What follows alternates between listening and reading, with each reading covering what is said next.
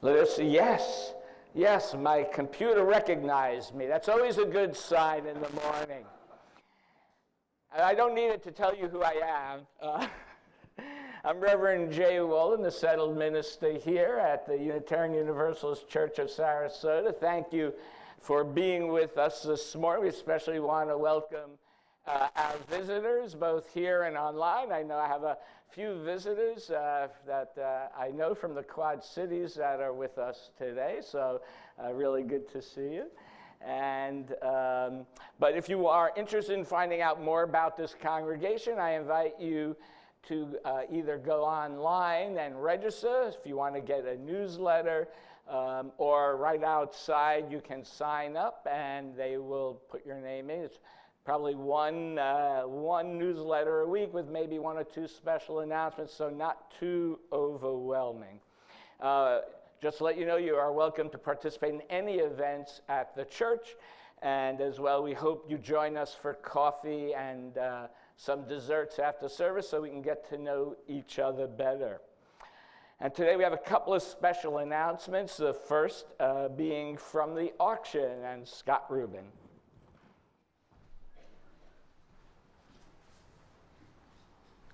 Good morning. We can do better than that. Come on, wake up. Good morning. Good morning. Yes, thank you. I'm Scott Rubin, a member of the auction committee. I've been asked to run through a few things you need to know before the auction. So, let's get ready to auction, or something like that. Okay, the auction is this Saturday, February 4th, from noon to about 3 o'clock. There are a few important dates and things you need to know. You need a ticket. Tickets are only $10. That's to cover the cost of the amazing lunch that they've put together. Today is the last day to buy your tickets. That way we're sure we have enough food for everyone. The ticket also has your bidder number on it, so please bring it with you on Saturday. If you donated a physical item, like tickets for a show or a piece of artwork, please bring it to the church this Friday between noon and 3. That way we're sure we have everything in place when the auction starts on Saturday.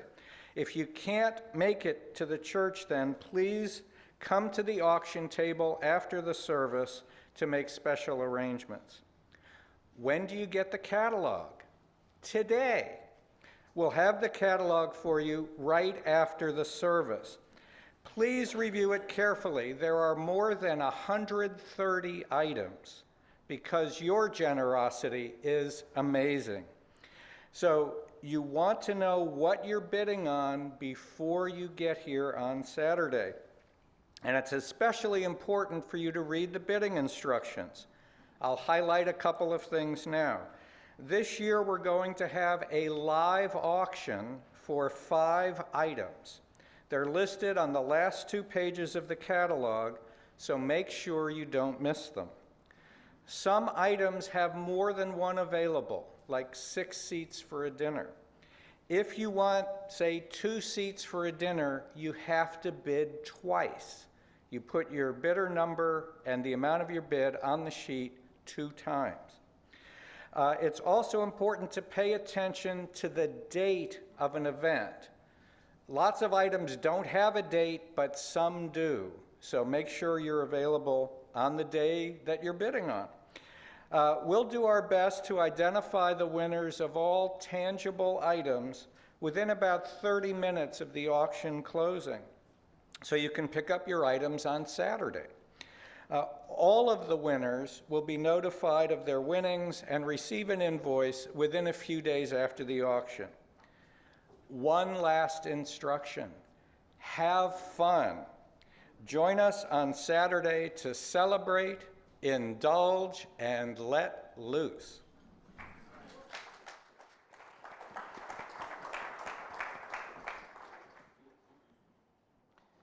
Or at least let your wallets let loose. So just as a point, I'd like to add one announcement myself. Coming up February 10th and 11th, we have a workshop called A Culture of Inclusion. One of the 3 goals from the board this year was to create educational programs around diversity, equity, and inclusion. So I guess that must have worried some of the politicians in our state. But this workshop is for members and friends to introduce strategies for working towards long-term cultural change in our lives and in our congregation, and how to engage the congregation in the process. The teacher of the class is Paula Cole-Jones, and I cannot speak enough about her. I have taken multiple trainings with her myself over the years, and she really makes the information very accessible and really is very responsive to everybody's needs, because her goal is to educate.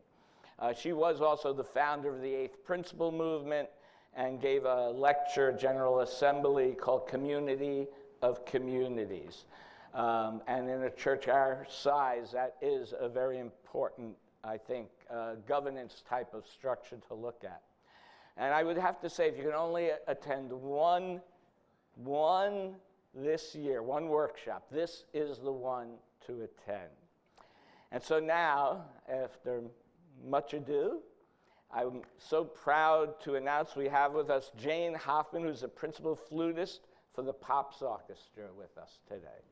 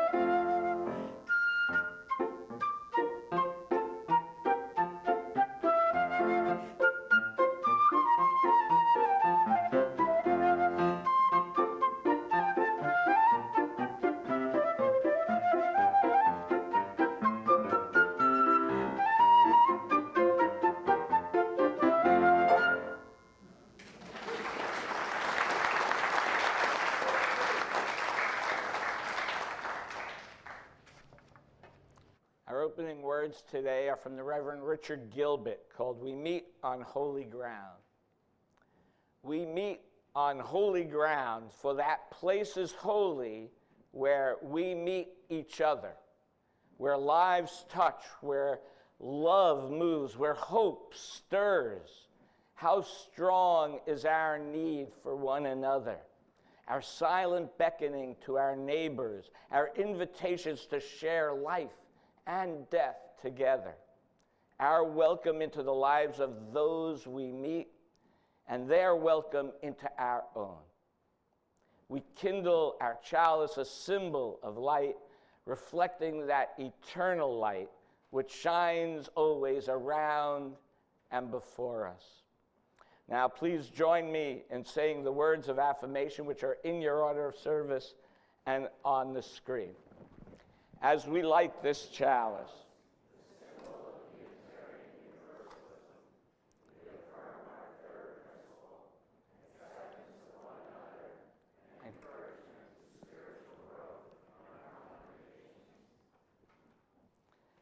and now once again.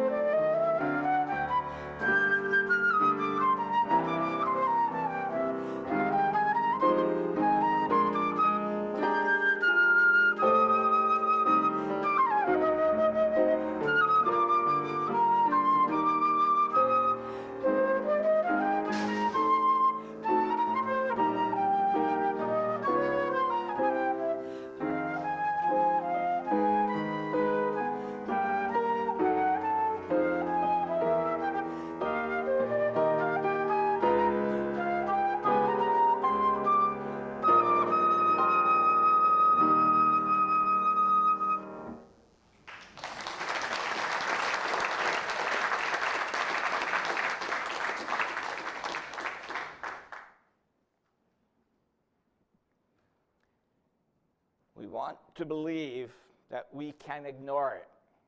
Just turn off the TV and try to insulate ourselves from our seemingly ongoing tragedy in the world, one after another. But that is not our way. We do not cling to the illusion of the separateness of humanity. Everyone who suffers is our sibling. It is our religious duty to work to reduce violence in our heart and in the world. It is our work to instill more love in our heart and in the world, to build up those empathetic muscles, to not look away, but to face the suffering in the world and to work to reduce suffering for all people. This is our way. And so I ask you today to think of all who are suffering, but specifically I'd like you to remember Tyree Nichols, who was murdered by Memphis police, to keep his death in our memories. And so to do that, I ask you to say his name, Tyree Nichols. Say his name, Tyree Nichols. One more time, Tyree Nichols. May his family find some comfort knowing that there are others in the world who will work to prevent the next person from needlessly dying, wherever it may be, including Sarasota. As we take a moment of silence now, I invite you to look inward, to contemplate where your heart is today.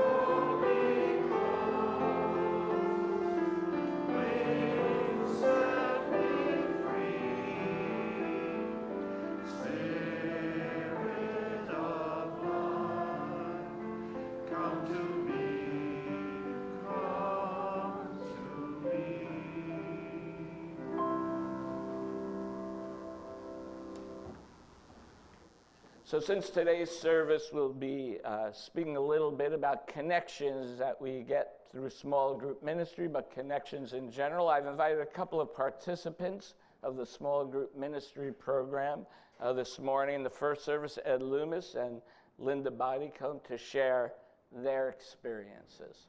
Ed? Thank you. And good morning. I'm going to speak about Chalice Group primarily. Small group ministry consists of Chalice Groups and Journey Circles.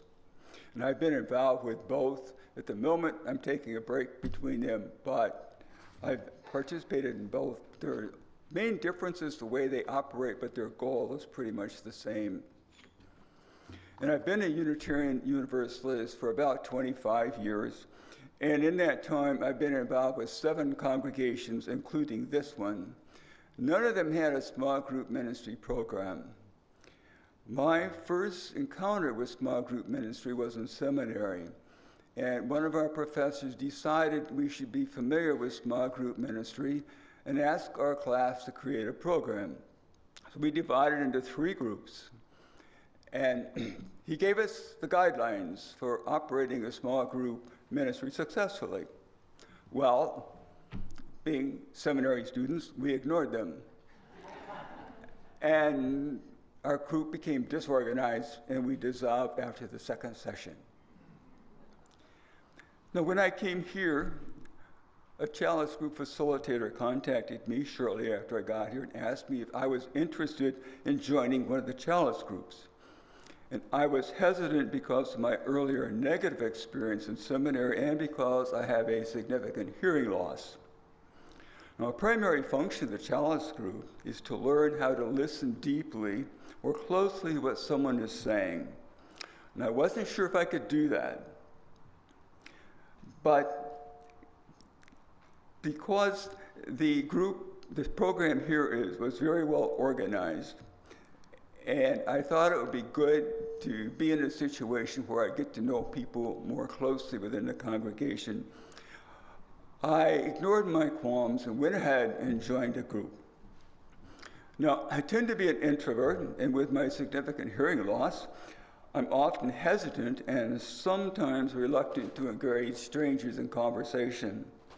I may hear what another person is saying, but not understand it, even after I ask them to repeat it a 2nd time. In the 2nd session of my first group, we created a covenant of right relationships. In other words, what does each of us promise to each other? And the most important part of those promises for me was an agreement that what was said in the group remains within the group as confidential, that we would attentively listen to what each other said. We would not interrupt each other unless it was to ask them to speak more loudly or more slowly. Now, in the group setting and with the covenant, I felt more comfortable explaining my hearing problem and asking the group to be patient with me when I asked them to repeat what they had said or to slow down or to speak louder, or I simply became confused by what they said. I, in turn, agreed to pay close attention to what was being said and to not ask for aid unless it was absolutely necessary for me in order to follow the conversation. And that worked very well. And one of the aspects of being in the group was meeting new people. And since I've been in a group, I can say I probably have 6 or 7 people who are friends or are people who I can socialize with during social events such as coffee hour, whom I would not have known prior to that. And eventually I became a group facilitator. And when I became a facilitator, one of the things I noticed was many of the people in the groups were people who were new to the congregation.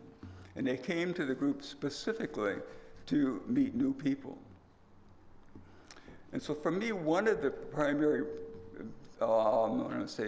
results or pleasures or learnings from the group was the fact that I was able to, in a safe place, get to know other people and watch them also get to know other people.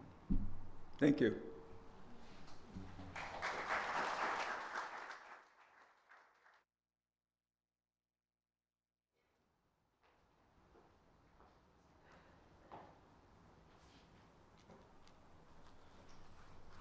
Good morning. My name is Linda Bodycomb, and I'm now good friends with him because we were co-facilitators together.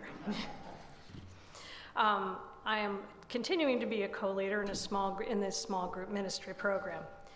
I've been involved with these groups for many, many years in other congregations, and I have found that my participation in these groups to be such a deep connecting force to whatever congregation I've been a member of.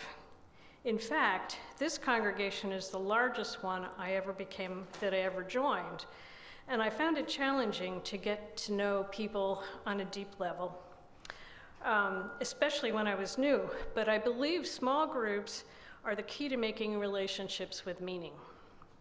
We have lots of interest groups here to get to know others, but small group ministry is different because it's allowed me and everyone that I know that gets involved to make deeper friendships of the heart.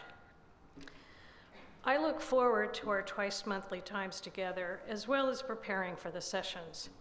Each month, we focus on a topic that has deep meaning that each of us can find, that each of us can delve into before the sessions.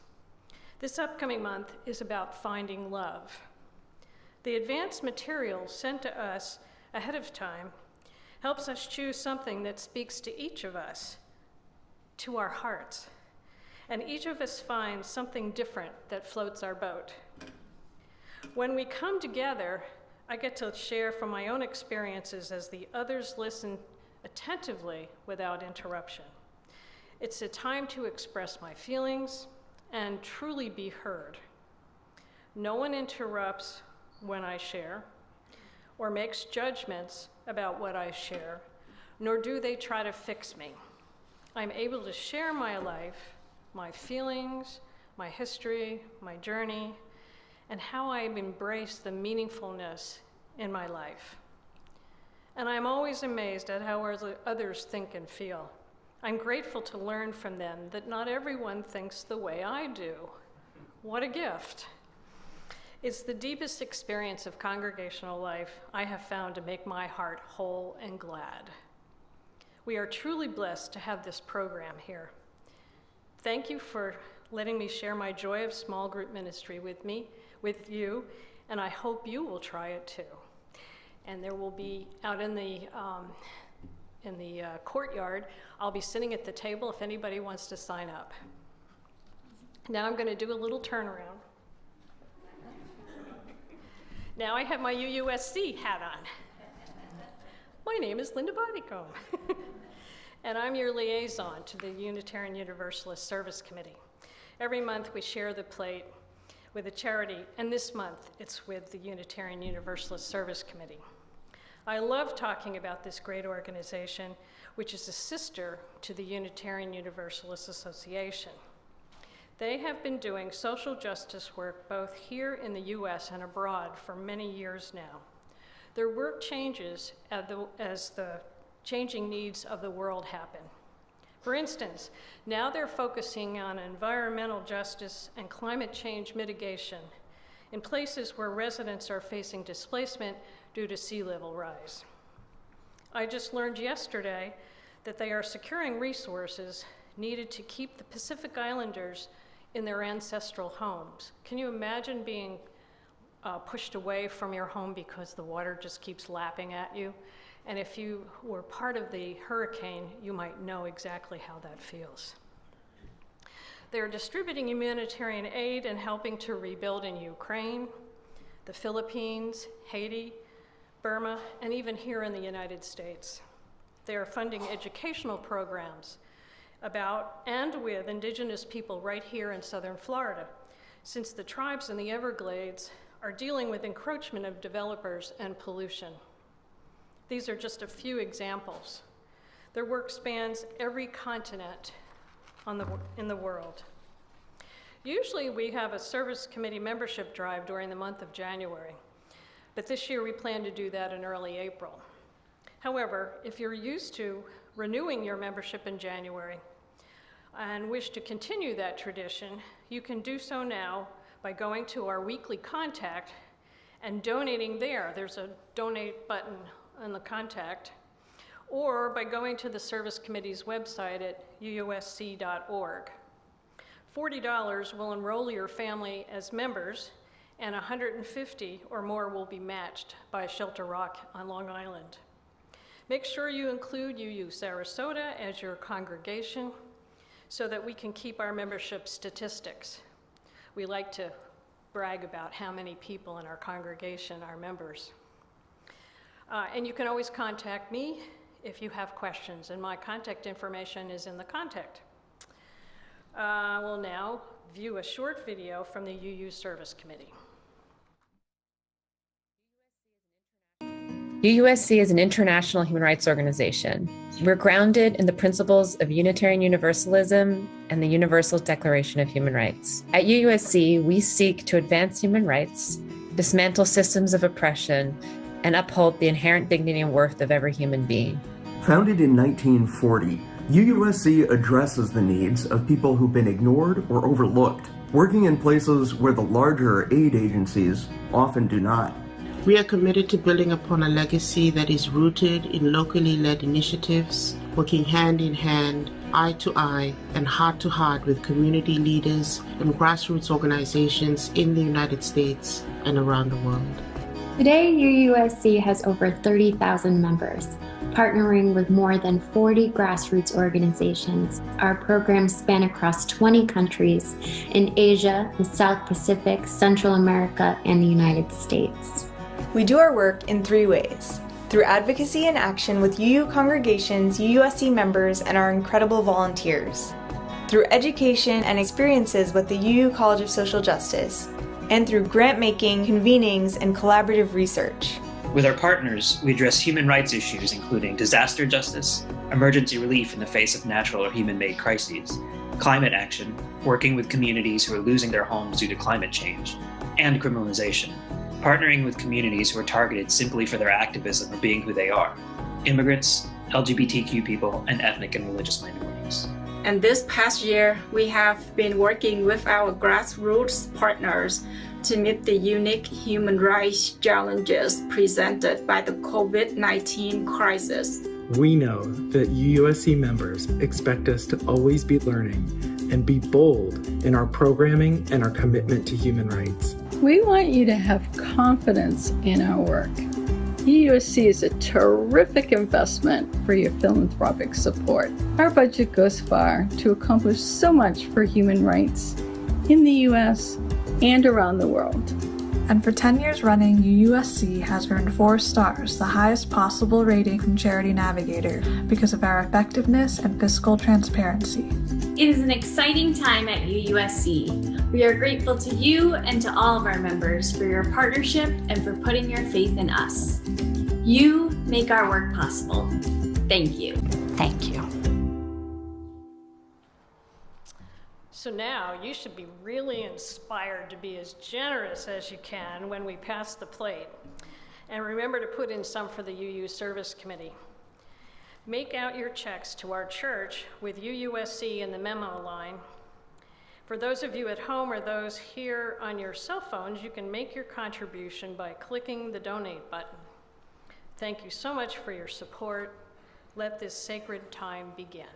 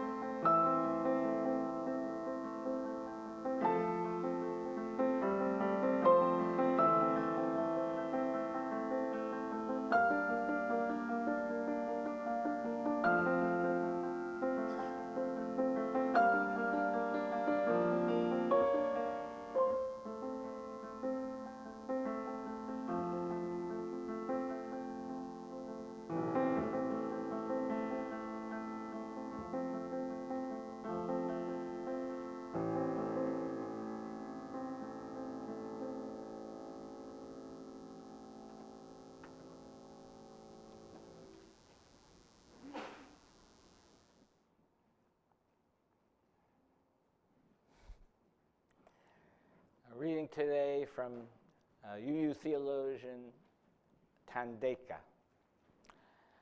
Small groups practice right relationship, and as such are the people's work. They are a Unitarian Universalist sacramental act. They are small group ministries for the human heart. The individuals gather together and are gathered together as a liturgical act.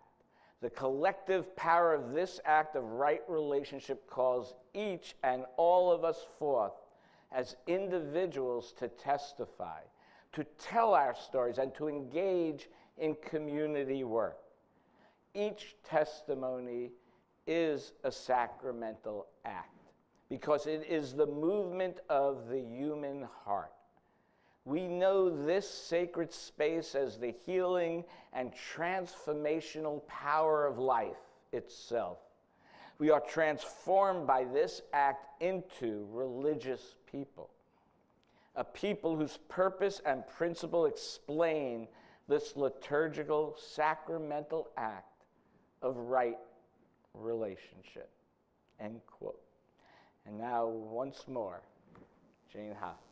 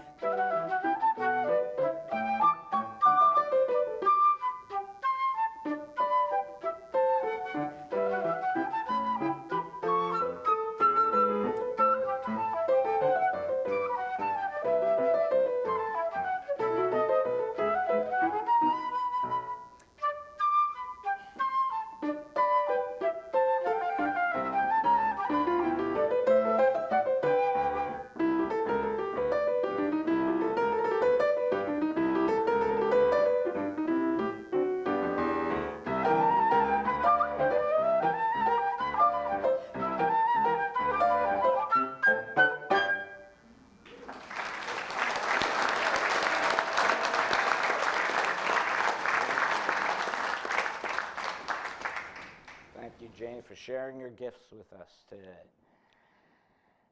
Okay, so, no, do not delete. So when I was a young boy, we lived in a very close-knit neighborhood. Everybody thinks of the Bronx in New York City as this very sprawling place, but I really lived in a very close-knit neighborhood where we knew almost every neighbor on the block. All the store owners in the community lived in the community. And I guess that may sound a little old-fashioned these days. And I will say that situation had both positive and negative impacts on me. If I did something wrong, I knew my parents would quickly find out about it. However, if I needed help, I knew I could always count on my neighbors to help me. Well, most of them anyway. How we create communities, though, has changed over time. Sometimes for the better, sometimes not. You know, when my son and his family lived with us as adults, they would play video games with people all over the world. And like they would talk to these people every day, and you know, they would communicate, chatting over the video game, and they had their own community in that way. We also have Facebook and other social media, despite all its faults, does allow us to communicate with people, you know, sometimes loved ones, all over the country and the world. In the past, our choices were often forced upon us, sometimes due to geography or our work or birth religion. Now we have new choices to face, right? Because we have relocated, most of us, from where we were raised, because we were not accepted for a myriad of reasons by the communities we once belonged to, because the opportunities were not available for us to grow and to thrive. And so most of us left those communities where we grew up or that we built over time, whether it is through necessity, opportunity, or choice. And we now have a greater ability to be more transitory, both where we live, but also as well with our religious choices as well. And we have chosen Unitarian Universalists as our religion, or are seeking and considering it if you're a visitor here today. And even those who are born Unitarian Universalists at some point come to a point in their life when they reflect upon whether this religion is the one that they want to participate in and practice. Now, there are many reasons people join our religion. Some come for comfort, others to be inspired, others for our values on justice, but ultimately I believe it is to find connection and to be part of a meaning-making community. And I imagine that is often the primary challenge for visitors and newer members, is gaining that connection, especially in a church this size, as you know, one of our participants mentioned. If you're an introvert, I don't know why, there should be some demographic study done, but I find Unitarian Universalists in general tend to be more introverted than extroverted. So I won't make you raise your hands, because if you're introverted, you feel very uncomfortable doing that. So how can we create those connections? And more importantly, how can we deepen those connections to be more meaningful in our lives? Now, the Unitarian Universalist theologian James Luther Adams wrote, people, and I quote, "People come to churches for intimacy and ultimacy," end quote. And when I typed the word ultimacy into Microsoft Word, it got that red line underneath it, meaning that it's an incorrect spelling. So, of course, I right-clicked on it and to get the correct spelling, and it had no suggestions for me. Clearly a great mystery of the universe. But as I dwelled on the meaning of ultimacy, I did some research, as is my generality, what I do when I'm confused about things. And I found a quote by the Reverend John Morgan. He said, "People come into our communities looking for a place to belong and a place to seek meaning about living and dying and the spaces in between." In Reverend Bob Hill's book, Small Group Ministry, Saving the World 10 at a Time, he recounts hearing two of his colleagues relating deathbed statements they'd heard from congregants. In one case, a woman complained that she had wanted from her church, all she wanted from her church was the opportunity to talk with others about what mattered most in her life. And she never had that experience. The other situation involved a statement of regret from a man about his church experience. He said, and I quote, "All I ever wanted was to talk with others about life's journey," end quote. So there are many ways that we can connect and do that, especially if we are extroverted. And there are many opportunities and programs here at the church, but one I want to highlight that I think is especially good for that is Chalice Circles.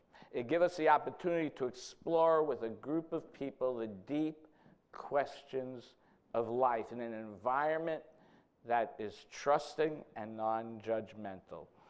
You all heard about the structure of it, so I don't need to go through that. But I will say, if we have anybody here who has facilitated them before, maybe in a previous congregation, let us know. We're always looking for facilitators. But there's always a check-in where you share what's been going on in your life since you last met. There's a reading, and then there's discussion. And it's the discussion topics encourage us to think deeply about our lives and the world. And these are not groups to debate a topic, as you heard, right? But an opportunity to share and listen to each other's ideas and experience. And it helps us widen the lens, right, with which we can see the world through others' perspectives. And all of these discussions deepen the meaningful connection we create with others in the group. And thus we are creating a circle where all are welcomed, a circle where all are heard, a circle where all are loved. The circle, a symbol of unity. And I think about our wedding, right? It's a symbol of unity in which our lives are joined together. And wherever we are, we know we are a part of something special. And these circles help create the greatest circle that is our church community, which becomes a touchstone for us, our home base, a place of safety. It is through building these connections that we build the beloved community. And it's through these connections that we realize our shared values and religious beliefs. What I personally found truly beneficial about Chalice Circles is the variety of connections that are created. Connections with people you might not otherwise have had the opportunity to form a meaningful connection with. So when I first chose this religion, I was younger, I had young children, and I mostly hung out with other parents or teachers in the religious education program. I'd go into church and sit in the service, and with some of my friends. But I always saw this woman in the front seat always wore these fancy hats, and she was the only person in the church that wore a hat. And I always wondered about that, why she wore all these stylish hats. And I admit at that time in my life, I was not the kind of person who would just walk up to somebody I didn't know and say, "Why are you wearing a hat in church," right? Then I was a little more introverted. I am still an introvert. I've just learned to express myself very much now. But anyway, it turned out the two of us ended up in a connection circle together. And although there was a large difference in our ages, we became close friends, and our lives were enriched by knowing each other. And after developing a a circle connection. I was finally able to inquire about her hats. And she was really eager to explain, and it wasn't really as big a deal as I thought it was going to be. But I learned something new that I might not have otherwise learned. But I also have learned that in Microsoft Word, if I right-click on that red underline, the incorrect spelling, I can add the word ultimacy to my dictionary. So it doesn't come up red anymore. So just as ours is a religion where revelation is ongoing, so now ultimacy is officially in my Microsoft dictionary. And just as easily as I can add the word ultimacy to my dictionary, you can add meaningful experiences to your life. It's important to spend time on things that add meaning to our lives. We're often so busy, there's never time to just stop and think about those bigger issue questions of life. And so therefore, intimacy and ultimacy requires intentional participation. There is a causal effect to our actions. And if we are not intentional about our lives, the wind will take it where it may. So I invite you to show up, to add to your religious and spiritual journey, to come share your life's journey with others here, and to seek meaning through Chalice circles or other small groups at the church. Come, whoever you are. May it be so. And now what I hope you do is to rise in body and or spirit and sing our closing hymn, 1021, Lean on Me. And if you want to clap, if you want to dance, I invite you to be free to do what the Spirit moves you.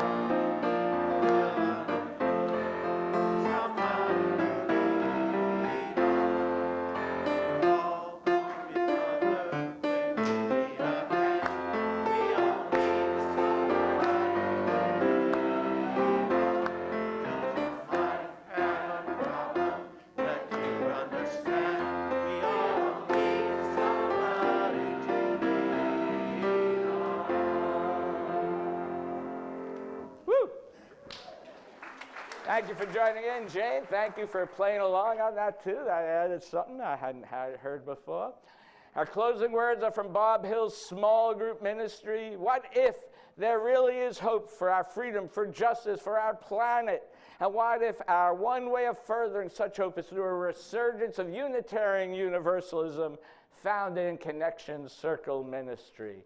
or Chalice Circle Ministry, as we call it. What if this simple change in how we relate to each other and to reach out to the world around us is as profound as its effects as many of us who have experienced believe it is? What if you can be a part of it?